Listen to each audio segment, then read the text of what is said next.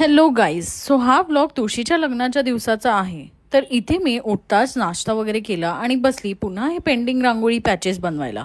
तर इथे मी 2 लोटस आणि 2 हे वाले फ्लावर्स बनवले. हे कसे बनवले ह्याचा डिटेल व्हिडिओ माझ्या आधीच्या व्लॉगमध्ये आहे, so you can check that.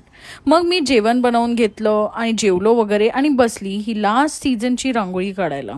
लग्नाआधी मी दिवाळीपासून तुळशीच्या लग्नापर्यंत रोज नवीन रांगोळ्या काढायची, बट लग्नानंतर हे काय शक्य होत नाही.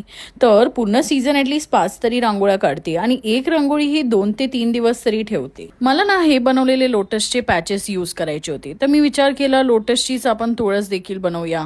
मग मस्त असं पटापटा ड्रॉइंग काढलं आणि त्यात कलर भरायला घेतले.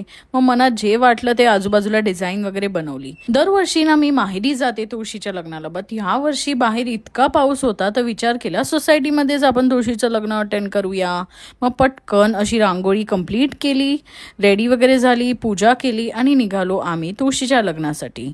मस्त इथे अशी सजावट वगैरे केलेली, ते अटेंड केलं आणि नंतर घरी येऊन जेवण बनवलं. तर इथे मी माय हजबंड स्पेशल दुधी थालीपीठ बनवलं. त्याची रेसिपी पण माझ्या चॅनलवर आहे. मग आम्ही जेवलो वगैरे आणि निघालो राऊंड मारायला बाहेर, कारण संडे आहे आणि मी बाहेर गेली नाही असं होत नाही.